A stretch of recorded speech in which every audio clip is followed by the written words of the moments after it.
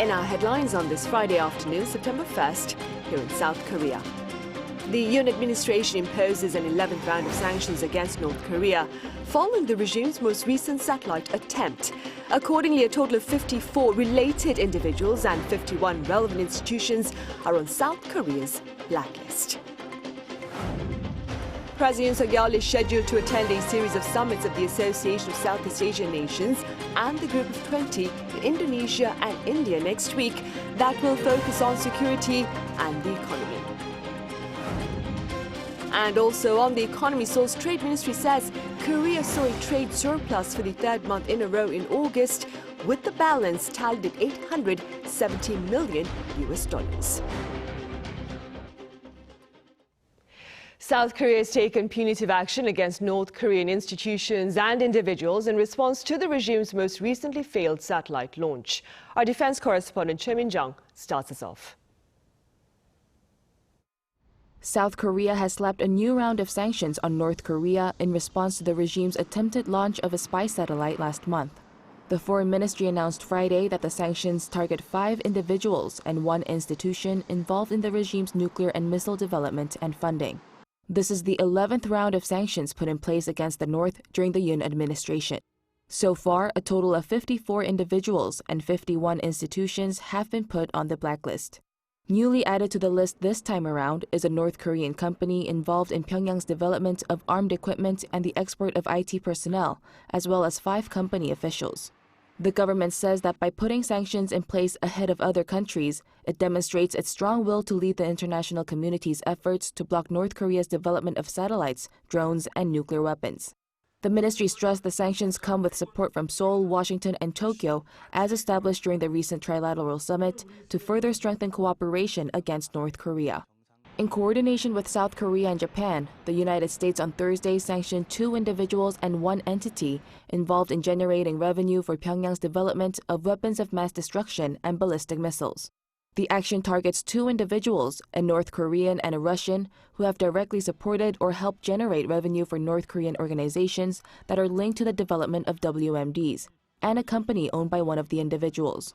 The U.S. Treasury Department said the action is being taken in response to the North's second failed satellite launch as well. Both Seoul and Washington said they will continue to coordinate closely with each other and Japan, as well as the international community, to ensure that North Korea stops its unlawful and destructive activities. Choi Min-jung, Arirang News. Meanwhile, back on Thursday, the South Korean military and its U.S. counterpart ended their annual Ulchi Freedom Shield exercise with live air fire drills. My colleague Arirang reports. The air forces of South Korea and the U.S. on Thursday held a live fire exercise together over the West Sea. This was part of the Ulchi Freedom Shield exercise, which involved air-to-air missiles and air-to-surface missiles. Around 30 fighter jets and attack aircraft were deployed where the joint forces practiced striking a simulated target. South Korea's fighter jets, including F-35As and F-15Ks, launched an air-to-air missiles to intercept and strike a drone target which performed as a low-altitude cruise missile. Air-to-surface missiles, including GBU-56, were then launched to destroy the opponent's defense structure. The GBU-56, which features a semi-active radar homing system, is capable of targeting mobile weaponry such as a transporter-erector launcher. We have reaffirmed the excellent performance of the Korean-made FA-50 jet and the guided bomb and improved our strike capability. We pledge to use this skill to immediately punish enemies in any possible provocations. Captain John Flanagan, who took part in the drills, also said that Seoul-Washington integration is still evident and paramount today, even after American pilots defended South Korea's freedom 70 years ago. Meanwhile, the chairman of Seoul's Joint Chiefs of Staff, General Kim Seung-kyun, met General Anthony Cotton, the commander of U.S. Strategic Command, who's currently visiting South Korea. The meeting took place at the B-1 bunker in southern Seoul, making Cotton, who visited the country for the first time since taking office in December last year, the first U.S. strategic commander to visit the wartime bunker. They shared their assessment of the security situation in the region, including North Korea's nuclear and missile threats. They agreed to bolster cooperation between Seoul's JCS and the U.S. Strategic Command, and also decided to closely cooperate with South Korea's envisioned, quote, Strategic Command, which will be established next year. Lee Hyun, Arirang News. President Yoon Suk-yeol is poised to embark on a fresh diplomatic mission next week as he partakes in the ASEAN and G20 gatherings over in Indonesia and India, respectively. Our senior correspondent Oh Soo-young shares a preview of the presidential agenda. President Yoon Suk-yeol will strengthen Seoul's engagement in the Indo-Pacific at key multilateral summits next week in Indonesia and India, with North Korea's nuclear threat, climate change and regional cooperation high on the agenda. The top office announced Thursday that the South Korean leader will attend a series of meetings of the Association of Southeast Asian Nations and the Group of 20 in the Indonesian and Indian capitals, which will focus on regional security, economic and social issues. Arriving in Jakarta on Tuesday, Yoon will first meet with Korean expats before holding a summit with the 10-nation ASEAN bloc on Wednesday morning. The leaders of Japan and China will join for a +3 meeting, with South Korea representing the Northeast Asian trio. The security-focused East Asia Summit on Thursday will address North Korea's threat to the region, along with South Korea's role in upholding a rules-based international order. Yoon will then hold one-on-one summits, then a bilateral with the Indonesian president upon their 50th year of diplomatic ties. Through the summit with Indonesia, a leading country in ASEAN and a key partner in implementing our Indo-Pacific strategy and the Korean-ASEAN Solidarity Initiative, we plan to discuss ways to strengthen strategic cooperation in diplomacy and security and deepen partnerships in future industries such as electric vehicles and batteries.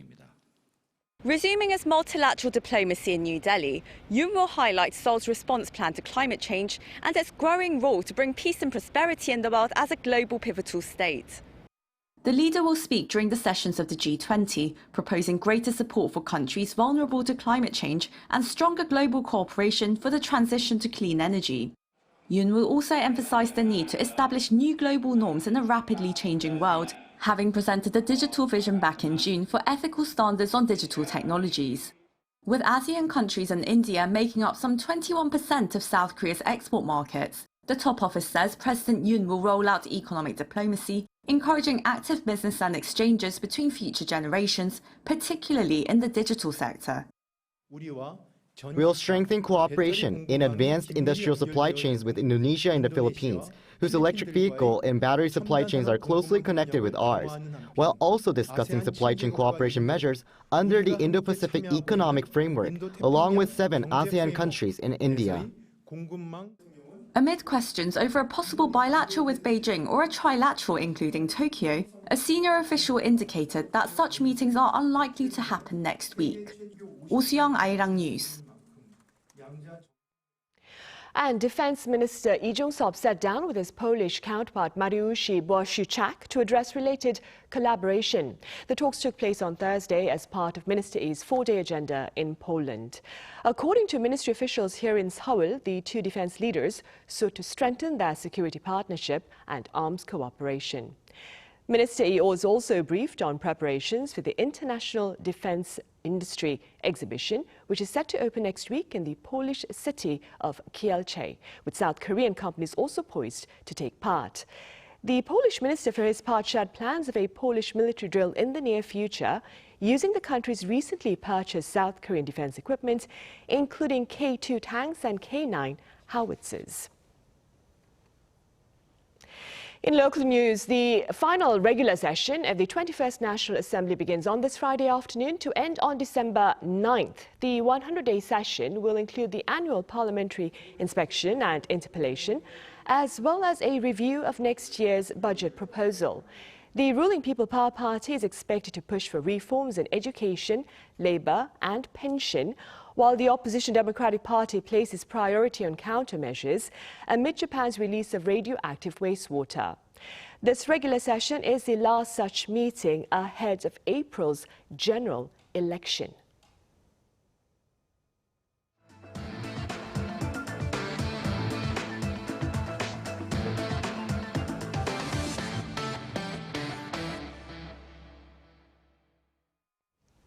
Trade tallies for Korea last month show a surplus in balance for the 3rd month in a row. Our An Sung-jin has more on the latest findings.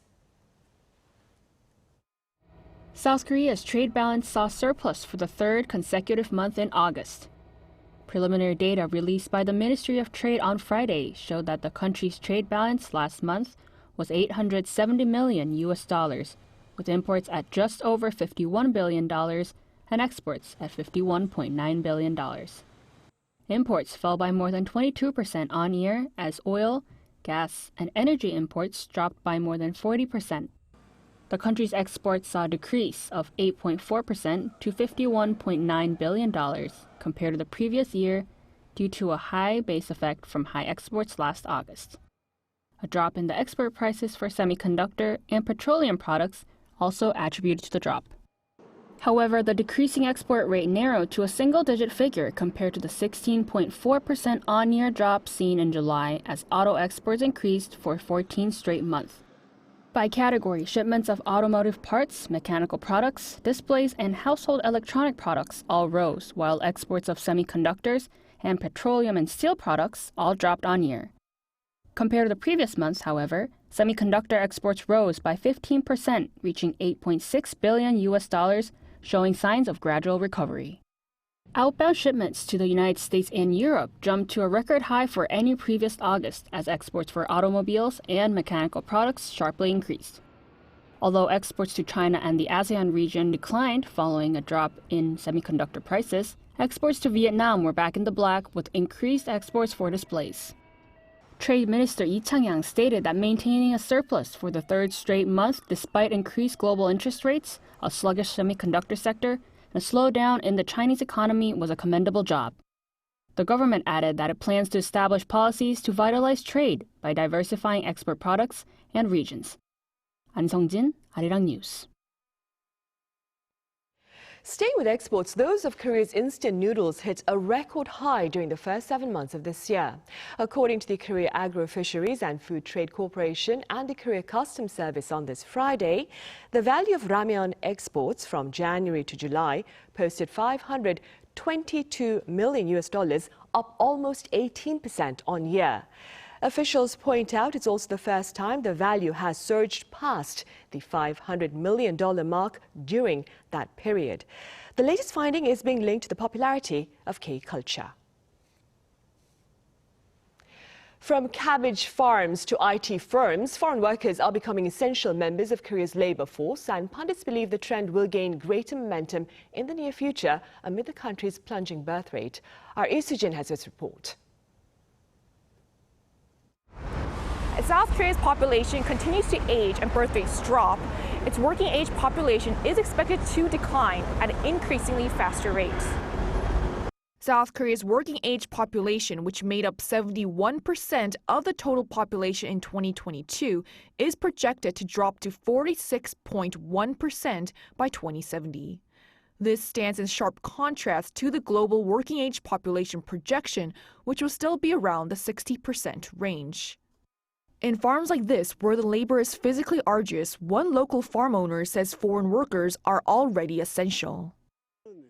It's not a stretch to say that currently without foreign workers, there won't be any farming. Oriol Emmanuel is a worker from the Philippines who came into the country as a seasonal worker just 11 days ago. Seasonal workers are foreigners who are legally hired for a short period to work during the busy farming season. Today, he, his fellow workers, and the farm owner are planting cabbages. Oriol left his home country for the first time to find a job in Korea. Best part? All. It's a good opportunity. It's because of my family. Housing is provided, and the farm owner is proud of the amenities that he has made available. 외국인들이 이렇게 오면 덥고 그러니까 여기 지금 보다시피 에어컨도 설치가 돼 있고 주거 실정이 다 해결할 수 있는 그런 곳으로다 만들어서 편하게 지낼 수 있게끔 만들어 놨어요. He hopes that foreign workers will continue to apply with the local government to work here. But it's not just jobs that are physically strenuous that need more workers. Areas that require a high level of education and training, such as the IT industry, are also suffering from a labor crunch. The software industry was calculated to have a shortage of more than 6,000 people as of the end of 2021, the most out of the nation's 12 main industries. Smaller IT companies are struggling even more from the shortage of personnel, as it's difficult to compete with big companies that offer lucrative paychecks. For SMEs like ourselves, it's hard to operate with just Korean developers. Sumaya Ilkin, who has a doctorate in computer engineering, is an IT researcher who moved from Turkey to Korea last year to work at this company.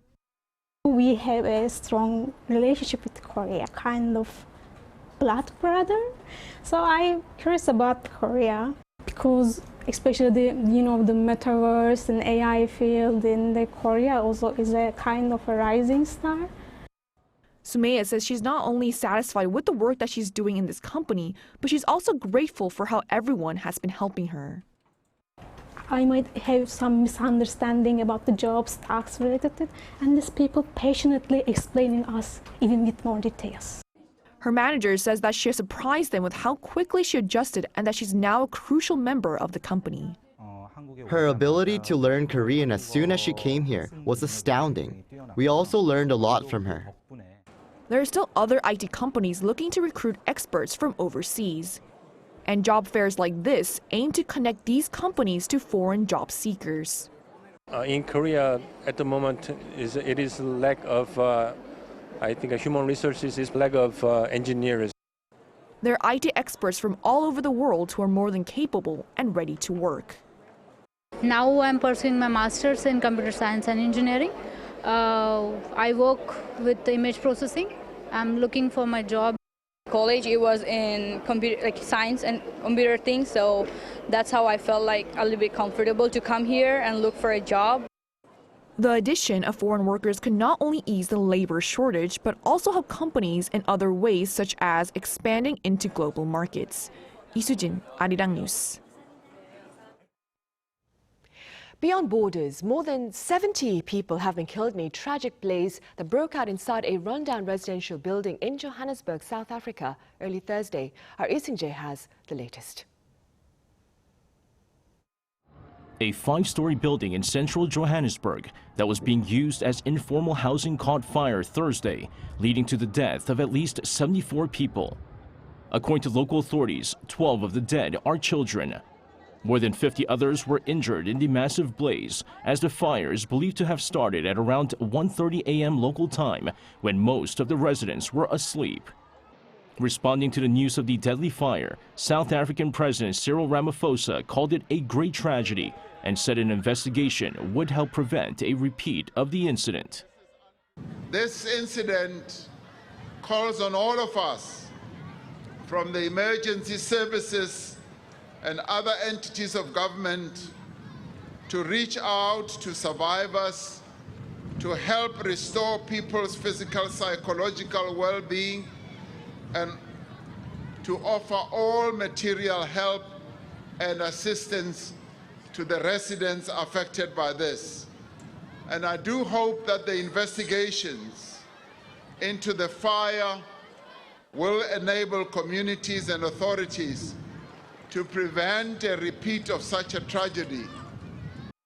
The South African leader said in a press conference that the building used to be home to abused women and children before being taken over by cartels and becoming one of the many so-called hijacked buildings in the city of Johannesburg.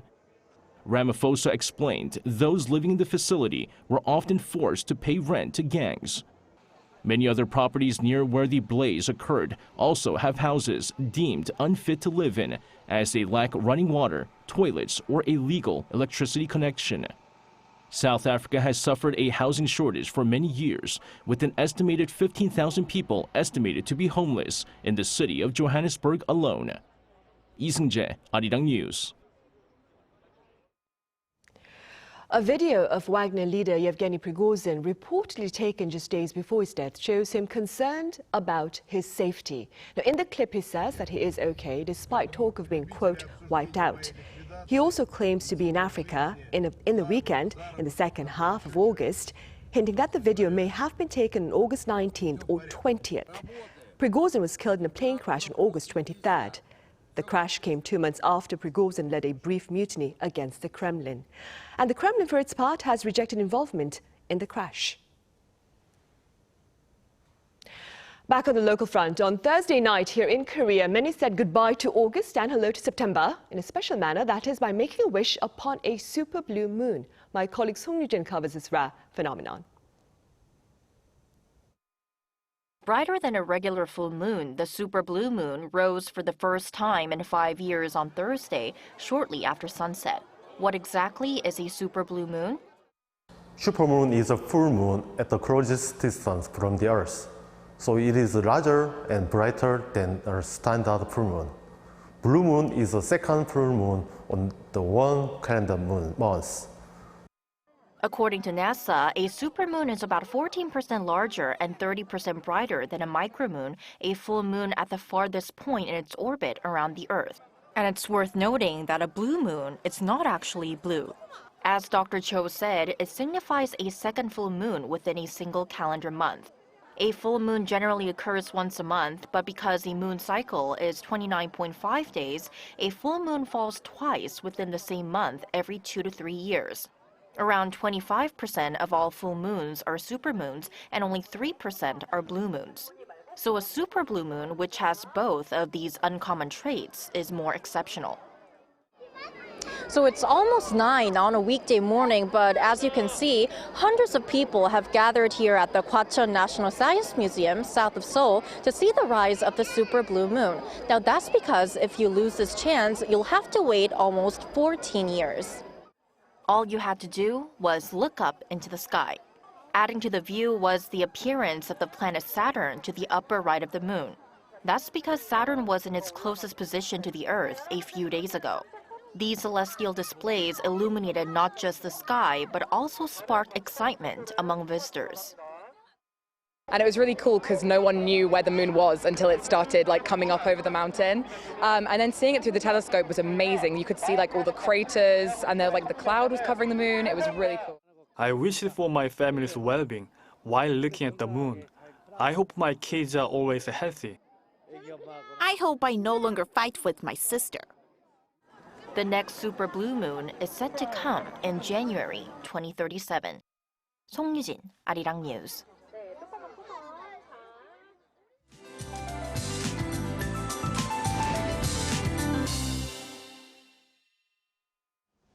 Good afternoon. The capital area is seeing bright skies to start out the new month, and it's going to remain sunny all day today. But certain parts of the country are enduring another wet and gray day, and especially those in coastal regions in Gyeongsang-do province and Jeju Island need to stay on high alert against heavy showers. Jeju Island could see up to 200 millimeters of downpours into tomorrow, and coastal regions in Jeollanam-do province will see rain picking up with more than 100 millimeters expected, along with thunderstorms and gusty winds. Temperature-wise, most of us are having much more comfortable overnight temperatures, but highs today will be a couple of degrees higher this afternoon, going up to the 30s, but rain-affected regions like Busan are having much breezier afternoon highs. Now the south coast and inland areas will be drenched with heavy showers this weekend due to the indirect effect of a typhoon, so please keep away from the water. That's Korea for you, and here's a look at the international weather conditions.